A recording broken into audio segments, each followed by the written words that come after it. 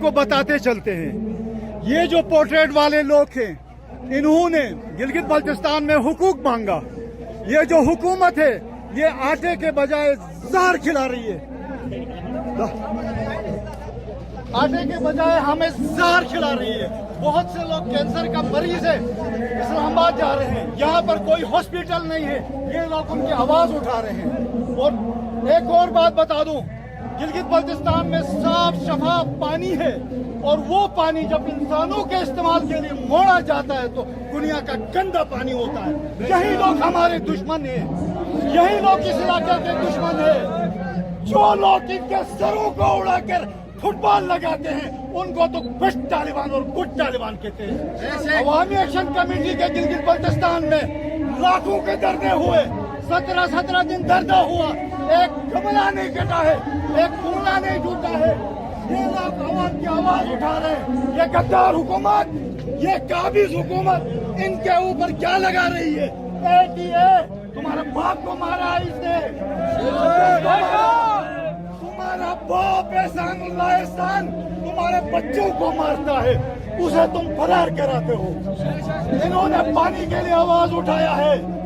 انہوں نے آپ کے گندم جو مل رہا ہے, جو غلط مل رہا ہے, اس کے لیے آواز اٹھایا ہے. آپ کے لیے یونیورسٹی کے لیے آواز اٹھایا ہے. محمد علی یونیورسٹی کی آواز اٹھایا ہے. پانی کی آواز اٹھایا ہے. دیکھیں سردیوں میں 23 گھنٹہ لوڈ شیڈنگ, گرمیوں میں اتنا پانی ہے جس سے ہمارا ہمسایہ ملک پاکستان 70% آباد ہوتا ہے. راستہ کربلا کربلا کربلا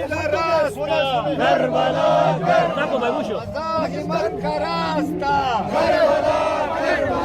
کیا کہتا ہے ISPR کا جی میجر جنرل کیا کہتا ہے؟ وہ کہتے ہیں گلگت بلتستان ڈسپیوٹڈ ہے.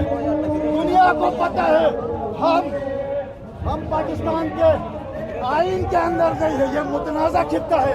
تم حکمران تسلیم کرتے ٹھیک ہے, مالک بننے کی کوشش نہیں کرو. ان اسیروں کو رہا کرو.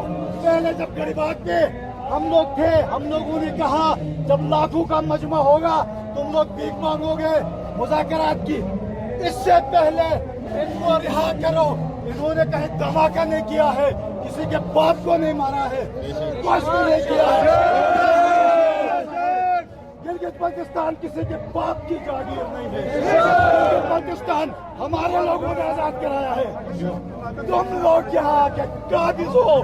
قابض کب تک رہو گے؟ ڈنڈے اور اسلحے کے طور پہ کچھ وقت ہو سکتا ہے, نہیں ہو سکتا. اسیروں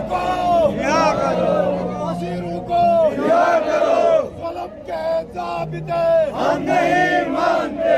ظلم کے ضابطے ہم نہیں مانتے. سب سے پہلے گلگت بلتستان, سب سے پہلے